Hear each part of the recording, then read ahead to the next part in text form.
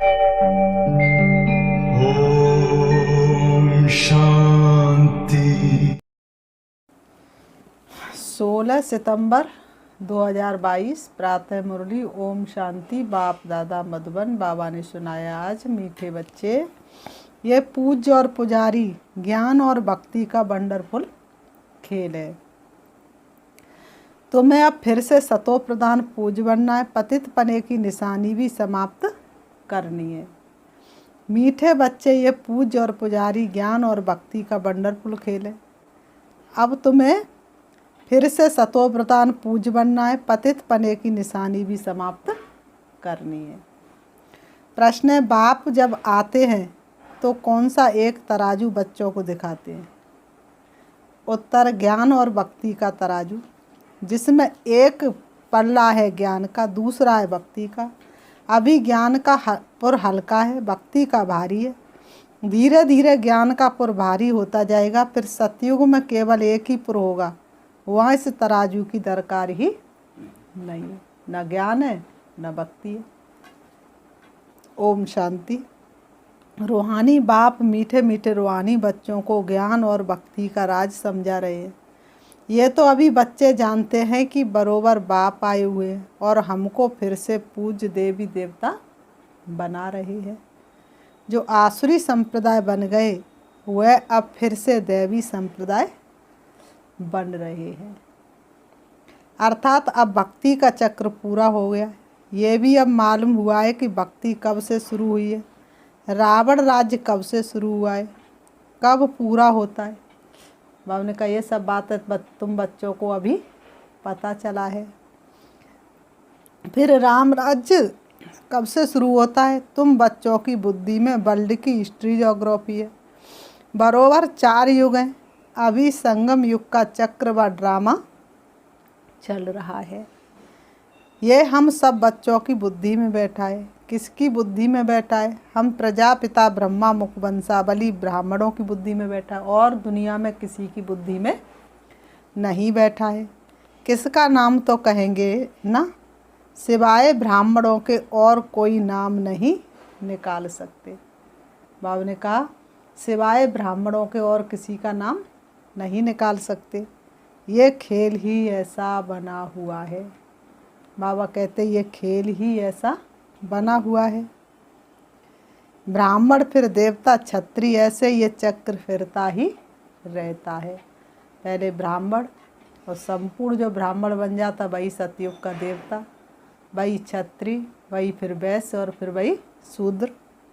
ऐसे ये चक्र फिरता रहता। तुम बच्चे अब याद की यात्रा सीख रहे हो। बाबा ने कहा तुम बच्चे अब याद की यात्रा सीख रहे हो, अथवा पतित से पावन बन रहे हो। समझाना भी ऐसे होता है। अभी हम राम राज्य की स्थापना कर रहे हैं। हम दुनिया नई बनाएंगे, तन मन सेवा में लगाएंगे, चलेंगे सेवा कीमत पर, स्वर्ग दरा पर लाएंगे। तो जरूर पहले रावण राज्य है, ये भी सिद्ध होता है। अभी रावण राज्य तो झाड़ बहुत बड़ा है। अभी हम पूज्य देवी देवता धर्म की स्थापना कर रहे हैं। बाबा ने कहा तो पुराना झाड़ खलास हो, नए झाड़ की स्थापना हो रही है। पुराना तो गिरेगा ही, तभी तो नया अंकुरित होगा। तो पुराने झाड़ का विनाश और नए झाड़ की स्थापना, ये भी हिसाब किताब बच्चे समझते हैं और कोई समझ नहीं सकता। हम स्वयं पूज्य सतो प्रधान थे, फिर 84 जन्म बाद तमो प्रधान बने। पूज्य से पुजारी बने, फिर से रिपीट करना पड़ेगा। 5000 वर्ष पहले जो हुआ था सो अब हो रहा है। ये तो सहज समझने का है कि चक्र कैसे फिरता आया है। जैसे एक्टर्स शुरू से लेकर पिछाड़ी तक पार्ट बजाते हैं ना, तो ये है बेहद का राज, ज्ञान और भक्ति का राज। बुद्धि में अच्छी रीति जम गया है। बाबा पूछ रहे ज्ञान और भक्ति का राज बुद्धि में अच्छी रीति जम गया है ना। हम ही पूज्य सतयुगी देवता थे, फिर हम ही सीढ़ी उतरते पुजारी बने। रावण राज्य कब से शुरू हुआ है? पूरी तिथि तारीख तुम जानते हो। रावण राज्य कब से शुरू हुआ है, पूरी तिथि तारीख तुम जानते हो। हमने ऐसे ऐसे पुनर्जन्म लिया, याद आता है ना। पहले हम सूर्यवंशी देवी देवता थे, फिर चंद्रवंशी बने, अब फिर ब्राह्मण वंशी बनकर फिर हम देवता बनते हैं। अभी तुम ब्राह्मण वंशी व ईश्वरी वंशी हो। तुम सब जानते हो कि हम सब ईश्वर की संतान हैं, इसलिए ब्रदर्स कहते हैं। वास्तव में तो ब्रदर्स होते हैं कहाँ, मूल वतन में। आत्मा भाई भाई कहाँ होती है, मूल वतन में। फिर पाठ बजाने लिए नीचे आना पड़ता है, और नीचे जैसे ही आए पाठ बजाना शुरू किया, वैसे ही अपने घर को भूल गए। ये तो बच्चे जानते, हम ही शूद्र से ब्राह्मण बन पढ़कर ये वह संस्कार ले जाते हैं। सो हम देवी देवता बनते। कल हम शूद्र थे, आज हम ब्राह्मण हैं। कल हम शूद्र थे, आज हम ब्राह्मण हैं। बाबा ने कहा फिर कल हम देवता बनेंगे। ये राज समझाना भी होता है बच्चों को, सभी को सुजाग करना है। बाबा ने कहा सभी को सुजाग करना, सभी को जगाना है। बाबा ने कहा ये बात है तुम किसको भी समझा सकते हो। बाबा ने कहा कि नई दुनिया सतयुग, ये पुरानी दुनिया। बाबा ने ये बात है तुम किसी को भी समझा सकते हो। नई दुनिया सतयुग और पुरानी दुनिया कलयुग। इसमें कोई सुख नहीं, इस रौरव नरक में अब कोई सुख नहीं। बच्चे समझते हैं जब ये नया झाड़ता तो हम ही देवी देवता थे। कितनी सुंदर दुनिया थी, बहुत सुख था। फिर चक्र लगाते लगाते दुनिया पुरानी हो गई है, मनुष्य भी बहुत हो गए, सारा परमधाम खाली हो गया। ये सृष्टि पर बहुत सारी भीड़ हो गई है, तो दुख भी बहुत हो गया है। बाप समझाते सतयुग में तुम कितने सुखी थे। सदा सुखी तो कोई रहते नहीं, पुनर्जन्म लेने का भी कायदा है। बाबा ने कहा सदा एक जैसा समय कभी चला है, तो इंसान की भी अवस्था एक जैसी रह नहीं सकती। पुनर्जन्म लेने का भी कायदा है। श्रेष्ठ कर्म किए, श्रेष्ठ परिवार में श्रेष्ठ काया मिली, सब कुछ श्रेष्ठ मिला, लेकिन फिर भी आत्मा की कलाएं तो कम होती गई। पुनर्जन्म लेते लेते उतरते उतरते 84 जन्म पूरे हुए। फिर नए सिर चक्र फिरना है, ज्ञान और भक्ति। आधा कल्प है दिन नई दुनिया, फिर आधा कल्प है रात पुरानी दुनिया। ये पढ़ाई याद करनी होती है। शिव बाबा को भी याद करना होता है, टीचर को भी सारा याद है ना। तुम कहेंगे बाबा को सारे सृष्टि की नॉलेज है। तुम भी समझते हो कि हम जो पावन पूज्य देवता थे, सो अब पुजारी पतित बने हैं। सतो प्रधान सतो रजो तमो, ये हिस्ट्री ज्योग्राफी तुम ड्रामा की समझते हो। ये पूज्य और पुजारी का खेल बना हुआ है। ऐसी ऐसी अपने साथ बातें करो। बाबा ने कहा ऐसी अपने साथ बातें करो। सतो प्रधान बनने के लिए मुख्य है ज्ञान और योग। ज्ञान है सृष्टि चक्र का, और योग से हम पावन बनते हैं। कितना सहज है, किसको भी समझा सकते हैं, जैसे बाबा भी समझाते हैं ना। बाबा ने कहा जैसे बाबा समझाते हैं, ऐसे तुम भी किसी को भी समझा सकते हो। सिर्फ बाबा बाहर नहीं जाते हैं, क्योंकि बाप इनके साथ है ना। ब्रह्मा बाप बाहर नहीं जाते, क्योंकि शिव बाबा इनके साथ है ना। कोई भी मनुष्य सदगति को तो जानते ही नहीं। सदगति कहाँ से मिलेगी, जानते ही नहीं। सदगति की बात है तो तब समझे जब सदगति दाता को पहचाने। तुम्हारे में भी नंबर बार जानते हैं। तुम समझते हो और समझाते भी हो। मूल बात है ही पतित से पावन बनने की। याद से ही तमो प्रधान से सतो प्रधान बनते जाएंगे। यहाँ के बच्चे व बाहर के बच्चे कहते हैं कि, यहाँ के बच्चे और बाहर के बच्चे क्या कहते हैं कि बाबा हम योग कैसे लगावे। पतित से पावन बनने की युक्ति क्या है? क्योंकि इसमें ही मूझे हुए हैं। पतित से पावन बनने में ही मूझे हुए हैं। तो समझाना चाहिए कि ये खेल ही किसका है? हार और जीत का बना हुआ है। समझाना चाहिए ये खेल ही हार और जीत का बना हुआ है। भारत ही पतित से पावन और पावन से पतित बनता है। आधा कल्प है ज्ञान अर्थात पावन, आधा कल्प है भक्ति अर्थात पतित। अब फिर से पतित से पावन बनना है। ये याद की यात्रा प्राचीन बहुत नामी ग्रामी है। वह तो जिस्मानी यात्रा जन्म जन्मांतर करते नीचे गिरते गए हैं। ऐसे नहीं कि उनसे पावन बने हैं।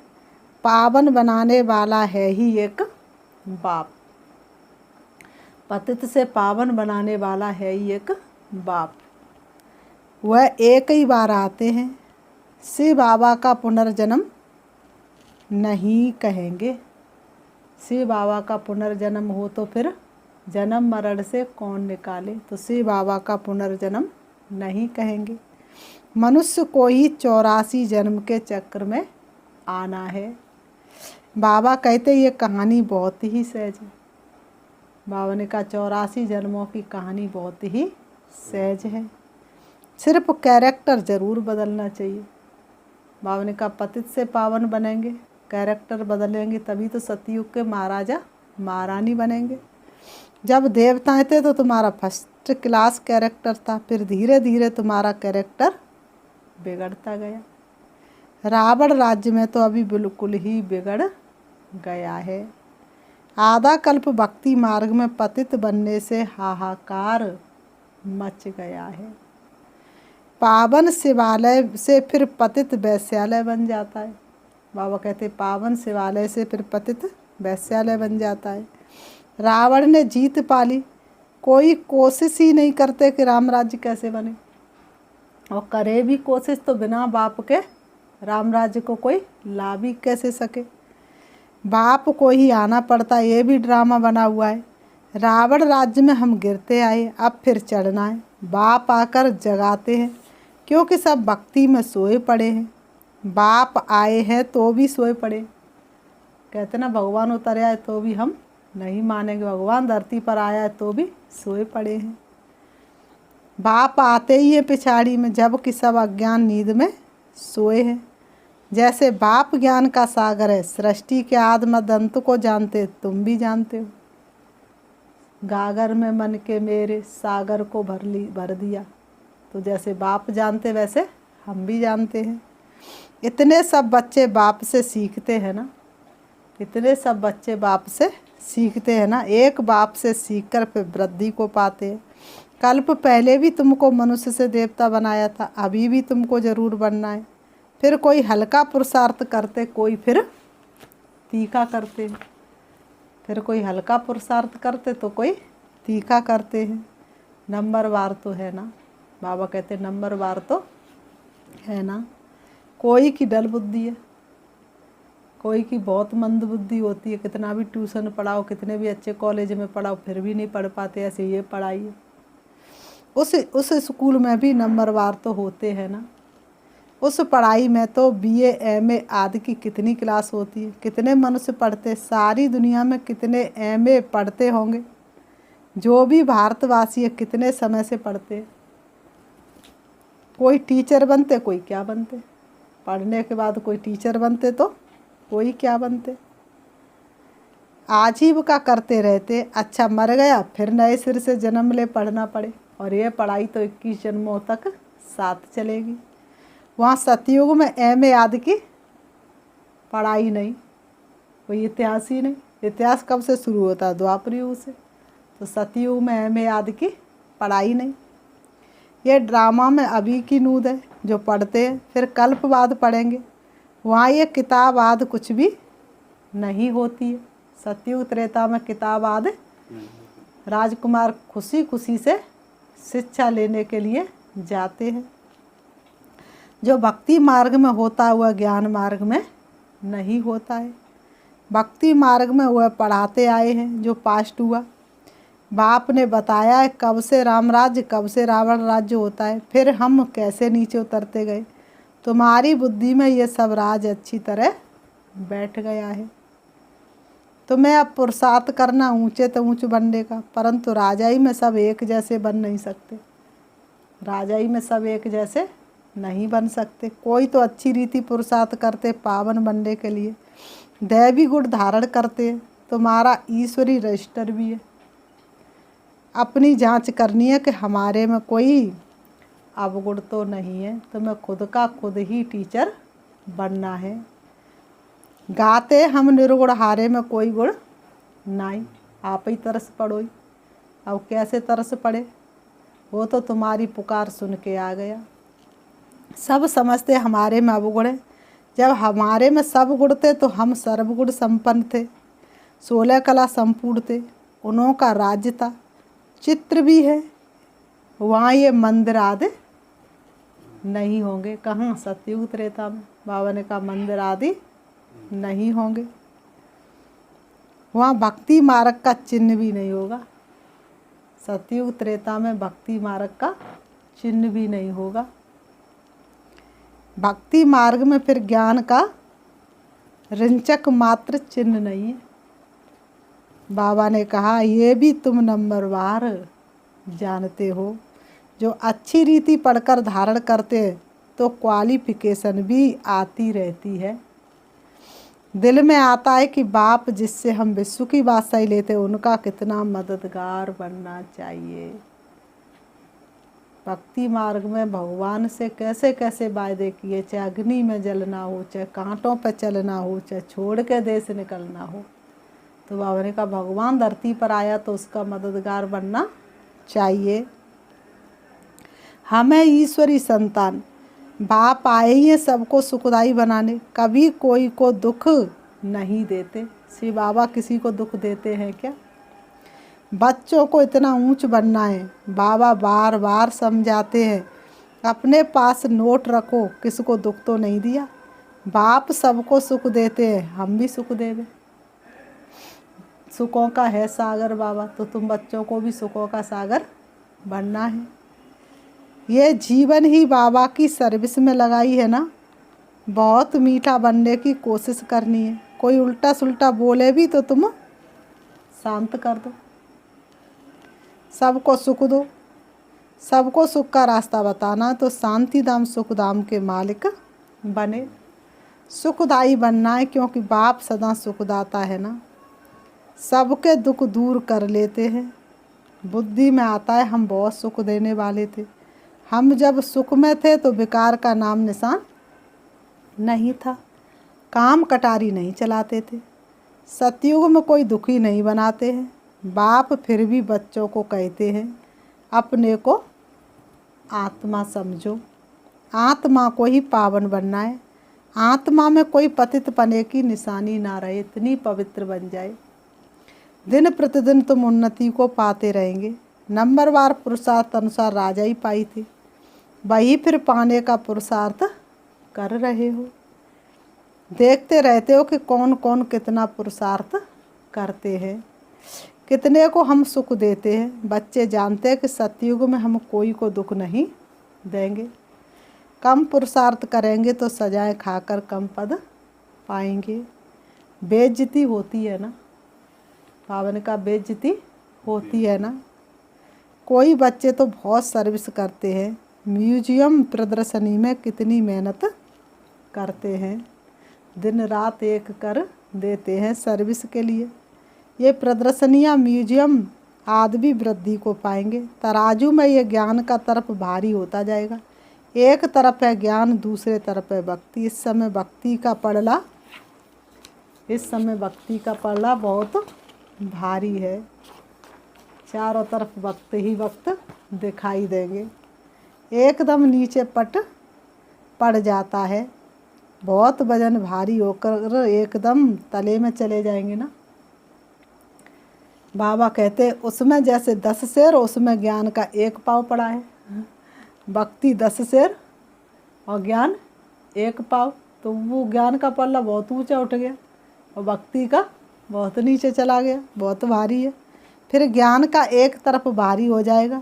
सतयुग में एक ही पुर होता है, फिर कलयुग में भी एक ही पुर होता है।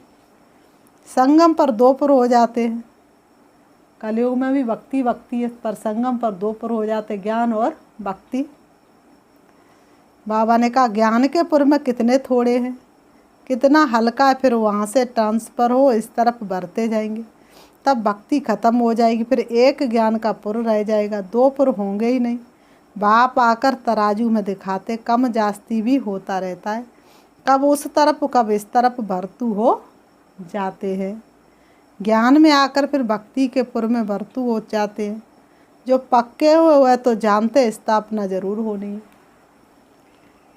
जब हमारा राज्य होगा तब हम ही होंगे, फिर मूल वतन का पुर जास्ती हो जाएगा, वहाँ बहुत आत्माएं रहेंगी तो वह पुर जास्ती हो जाएगा।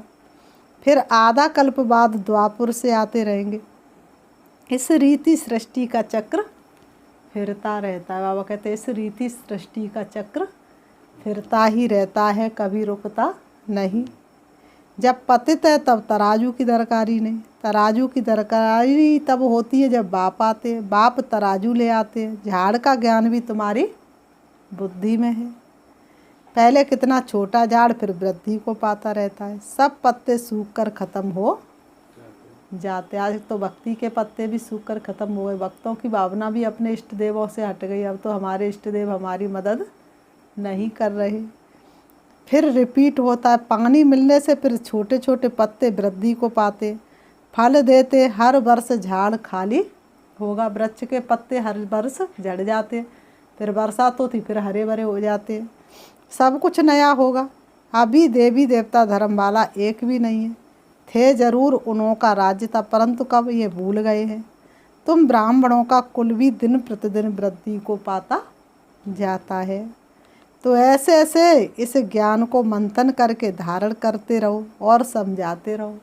फिर बाबा ने कहा अच्छा मीठे मीठे सिकी लते बच्चों प्रति माता पिता बाप दादा का याद प्यार और गुड मॉर्निंग रूहानी बाप की, रूहानी बच्चों को नमस्ते। हम रूहानी बच्चों की रूहानी बाप दादा को याद प्यार और नमस्ते नमस्ते नमस्ते।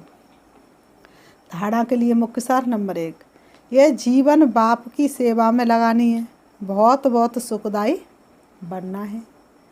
ये जीवन बाप की सेवा में लगानी है, बहुत बहुत सुखदाई बनना है। कोई उल्टा सुल्टा बोले तो शांत रहना है। बाप समान सबके दुख दूर करने हैं। नंबर 2, अपने रजिस्टर की जांच करनी है। दैवी गुण धारण कर चरित्रवान बनना है, अवगुण निकाल देने हैं। वरदान स्वदर्शन चक्र के टाइटल की स्मृति द्वारा परदर्शन मुक्त बनने वाले माया जीत भव। स्वदर्शन चक्र के टाइटल की स्मृति द्वारा परिदर्शन मुक्त बनने वाले माया जीत भव। स्पष्टीकरण, संगम युग पर स्वयं बाप बच्चों को भिन्न भिन्न टाइटल्स देते हैं। उन्हीं टाइटल्स को स्मृति में रखो तो श्रेष्ठ स्थिति में सहजी स्थित हो जाएंगे। सिर्फ बुद्धि से वर्णन नहीं करो, लेकिन सीट पर सेट हो जाओ। जैसा टाइटल वैसी स्थिति हो। यदि स्वदर्शन चक्रधारी का टाइटल स्मृति में रहे तो परदर्शन चल नहीं सकता। स्वदर्शन चक्रधारी अर्थात माया जीत, माया उसके आगे आने की हिम्मत भी नहीं रख सकती। स्वदर्शन चक्र के आगे कोई भी ठहर नहीं सकता। स्लोगन, वानप्रस्थ स्थिति का अनुभव करो तो वानप्रस्थ स्थिति का अनुभव करो और कराओ तो बचपन के खेल समाप्त हो जाएंगे। वानप्रस्थ स्थिति का अनुभव करो और कराओ तो बचपन के खेल समाप्त हो जाएंगे। बचपन में क्या करते, नाज नखड़े। तो खुद भी अनुभव करो मैं वानप्रस्थ हूँ और दूसरों को भी कराओ तो बचपन के खेल समाप्त हो जाएंगे। अच्छा ओम शांति। अच्छा ओम शांति। अभी हम 5 मिनट प्यारे शिव बाबा को याद करते हैं। अपने मन को चारों तरफ से हटाएंगे, व्यर्थ की बातों से दूर करेंगे, देखेंगे अपने आप को। मैं एक आत्मा हूँ, मैं देह नहीं, मैं आत्मा। दोनों भ्रम के बीच भ्रकुटी में विराजमान हूँ। मैं आत्मा आँखों द्वारा देखने वाली, कानों द्वारा सुनने वाली, मुख द्वारा बोलने वाली और हाथों द्वारा कार्य करने वाली मैं एक चमकती हुई मणि के समान हूँ। शरीर मेरा वस्त्र है जो मैंने थोड़े से समय के लिए धारण किया है। मुझे आत्मा का घर परम धाम शांति धाम है, जहाँ की मैं आत्मा रहने वाली थी। मेरे पिता परमात्मा ज्योति बिंदु से जो उस परम धाम शांति धाम के रहने वाले हैं। परम धाम से मैं आत्मा सृष्टि रंगमंच पर पाठ बजाने आई थी। मैंने अनेक नाम रूप वाले वस्त्र धारण कर पाठ बजाया। अब मेरा पाठ पूरा हुआ। मुझे अपने घर वापस परम धाम जाना है। मैं आत्मा चली जा रही हूँ। मन और बुद्धि से, हवा से भी तेज, सूरज चांद सितारों से भी पार, सूक्ष्म वतन से भी दूर प्रवेश करती हूँ हल्के सुनहरे लाख अंक के आसमान में, जहाँ चमकता हुआ दिव्य सितारा है। वही मेरा श्री बाबा है। मैं आत्मा हल्का सा बाबा से टच होती हूँ और थोड़ा सा नीचे आती हूँ। श्री बाबा की शक्तिशाली किरणों ने मुझे चारों तरफ से ढक लिया है। मुझे अतीन्द्रिय सुख और आनंद की अनुभूति हो रही है। मैं अपने दिव्य चक्षु से श्री बाबा को देख रही हूँ। मुझ जैसा भाग्यशाली दुनिया में कोई नहीं हो सकता। स्वयं भगवान के सानिध्य में मुझे रहने के लिए मिला है। मैं आत्मा से बाबा से शक्ति लेती हुई सारे विश्व का उद्धार करने के लिए, सारे विश्व को शिव बाबा का परिचय देने के लिए सृष्टि रंगमंच पर आ रही हूँ।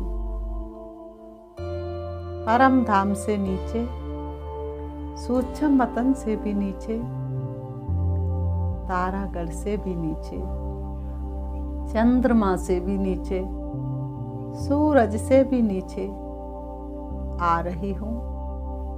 मेरी शक्तिशाली किरणें विश्व के कोने कोने में फैलती जा रही हैं। विश्व की एक एक आत्मा के ऊपर पड़ रही है। अब मैं आत्मा आ जाती हूँ अपने देह रूपी वस्त्रों के पास, आकर के दोनों भ्रम के बीच भ्रकुटी में विराजमान हो जाती हूँ। अब मेरे चारों तरफ का वातावरण बहुत शक्तिशाली है। ओम शांति।